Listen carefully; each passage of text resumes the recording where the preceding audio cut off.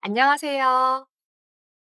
오늘 이야기는 지혜로운 한 여인의 이야기예요. 총명함으로 위기를 극복하는 시원한 사이다 같은 이야기.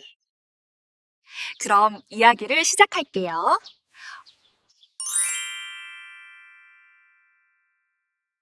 조선시대 어느 한적한 시골 마을. 백자처럼 하얀 피부와 가볍게 옆으로 넘긴 앞머리를 가진 아랑은 21살의 꽃다운 처녀였다. 아랑은 미모뿐만 아니라 지혜까지 뛰어나 그 소문이 이웃 마을까지 자자했다. 홀아버지 김영감과 아랑은 비록 가진 것이 없는 평민이었으나 서로를 향한 깊은 효심과 사랑으로 초가집은 늘 평화로웠다. 아랑은 그 어떤 양반집 교수보다도 총명하고 기품 있는 태도를 지니고 있었다. 그러던 어느 날 평온은 산산이 부서졌다. 장터에서 돌아오던 김영감이 잠시 한눈을 판 사이 오만한 양반 박진사 댁 나조리 끄는 말과 부딪히는 불운한 사고가 일어났다. 박진사가 아끼던 귀한 옥이 깨지는 소리가 들렸고 그 소리는 김영감의 앞날을 덮치는 불길한 예고와 같았다.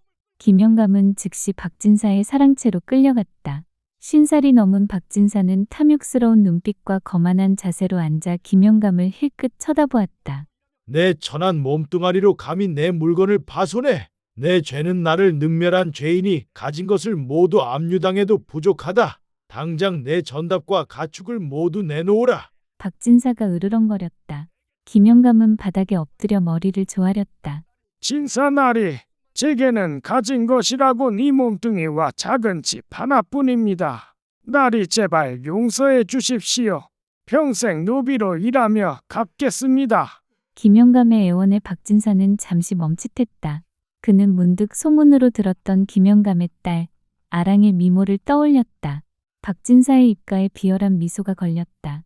좋다. 내가 가진 것이 없다면 내 하나뿐인 그 예쁜 딸을 내게 첩으로 바치면 죄를 용서해 주마. 김영감은 온몸에 피가 식는 듯한 충격을 받았다.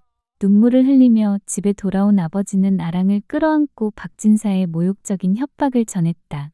아버지의 말을 들은 아랑은 잠시 침묵했다. 이내 고개를 든 아랑의 눈빛은 흔들림 없이 단호했다.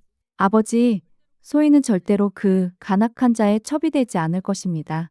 아버지는 걱정 마십시오. 소인이 직접 박진사를 찾아가겠습니다. 이튿날 아침, 아랑은 박진사의 사랑채 문 앞에 당당히 섰다. 아름다운 외모와 달리 굳건한 태도의 박진사는 잠시 기세가 꺾이는 듯했으나 이내 비웃었다. 내 아비의 죄를 갚으러 왔느냐. 첩이 될 준비를 해라. 아랑은 무릎을 꿇지 않고 허리를 숙여 예를 표한 뒤 또렷한 목소리로 내기를 제안했다. 진사나리, 소인이 나리의 첩이 되는 대신 세 가지 대결을 펼치시면 어떻겠습니까? 아랑은 숨을 고르지 않고 말을 이었다. 소인이 3번 중 2번 이상 승리하면 나리께서는 소인의 아비에 대한 죄를 완전히 탕감하고 나리의 재물 중 일부를 소인에게 주십시오.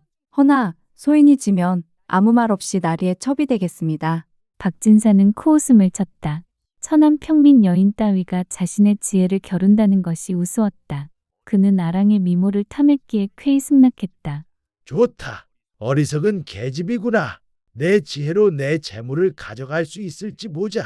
첫 번째 대결은 박진사가 문제를 냈다. 세상에서 가장 귀한 것은 무엇이냐? 대답이 내 마음을 움직이지 못하면 당장 내게 복종해야 한다. 박진사는 자신만만하게 앉아 있었다. 그는 아랑이 금은 보화나 권력을 읊을 것이라 예상했다. 아랑은 고요한 목소리로 답했다.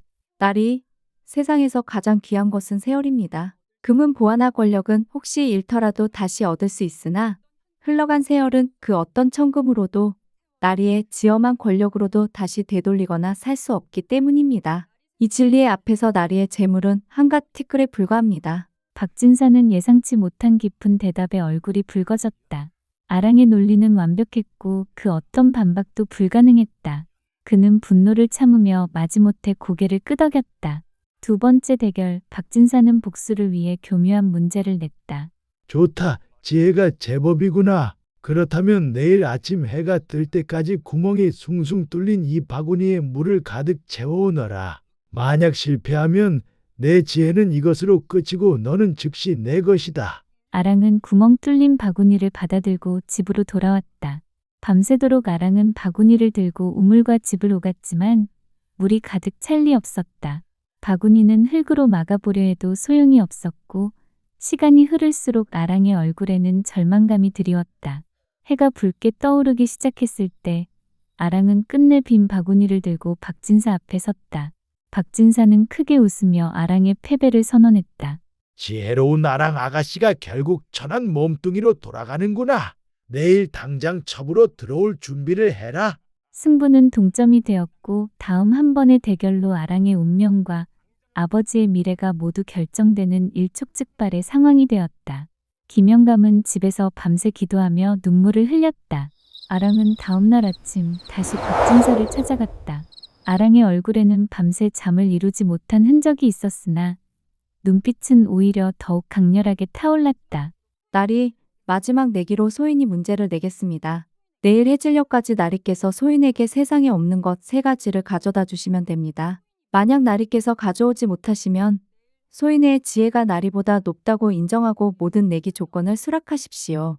박진사는 오만하게 비웃었다. 없는 것 3가지? 흥! 나는 이 세상 모든 것을 가질 수 있는 사람이다. 내일 해질녘에 보거라. 박진사는 온 나라에 하인을 보내 진귀한 보물이나 기이한 물건을 찾아오게 했으나 하인들은 없는 것을 도무지 가져올 수 없었다. 박진사는 밤새 잠을 이루지 못하고 초조해했다. 다음 날 해가 서산으로 기울기 시작하자 아랑은 다시 사랑채에 나타났다. 박진사는 침통한 얼굴로 앉아 있었다. 나리, 세상에 없는 것 3가지를 말씀드리겠습니다. 아랑은 단호하게 말했다. 첫째는 나리의 마음속에 있는 겸손입니다. 나리께서는 스스로 세상 모든 것을 가질 수 있다 하셨으나 겸손은 끝내 가지지 못하셨으니 세상에 없는 것이 분명합니다. 이 말을 듣자 박진사의 얼굴은 경노와 당황으로 일그러졌다. 둘째는 나리의 집안 곳곳에 숨겨진 백성들의 피눈물로 채워진 정직입니다. 나리의 재물은 정직하게 모은 것이 아니니 나리에게 정직은 존재하지 않습니다. 마지막 대답을 위해 아랑은 박진사의 눈을 똑바로 쳐다보았다. 그리고 셋째는 소인이 나리의 첩이 될 미래입니다. 소인은 나리의 첩이 될 생각이 없으니 나리께서는 절대로 소인을 첩으로 맞이할 수 없습니다. 없는 미래이니 이것 또한 세상에 없는 것이 아니겠습니까? 박진사는 아랑의 명쾌하고도 통렬한 지혜 앞에서 완전히 패배했음을 깨달았다. 그는 모욕감과 분노로 몸을 떨었지만 스스로 맺은 내기를 어길 수 없었다. 마을 사람들이 모여들어 상황을 지켜보고 있었기에 더욱 그랬다. 결국 박진사는 내기의 결과를 인정할 수밖에 없었다. 마을 사람들 앞에서 김영감에 대한 죄를 탕감하고 아랑에게 약속한 토지 문서와 은전을 내어주었다. 박진사는 이 일로 명예가 실추되어 더 이상 마을에서 함부로 횡포를 부릴 수 없게 되었다. 아랑은 당당하게 박진사에게 마지막 말을 남겼다. 나리, 지혜는 재물이나 권력보다 강한 것입니다. 소인이 이 재물을 받아 나리처럼 탐욕스럽지 않고 아버님과 백성들을 위해 바르게 쓰겠습니다. 아랑과 김영감은 박진사에게서 받은 재물로 가난을 면하고 풍족하고 평안한 삶을 살게 되었다. 아랑의 지혜와 효심은 온 마을에 널리 퍼져 많은 이들의 칭송을 받았다.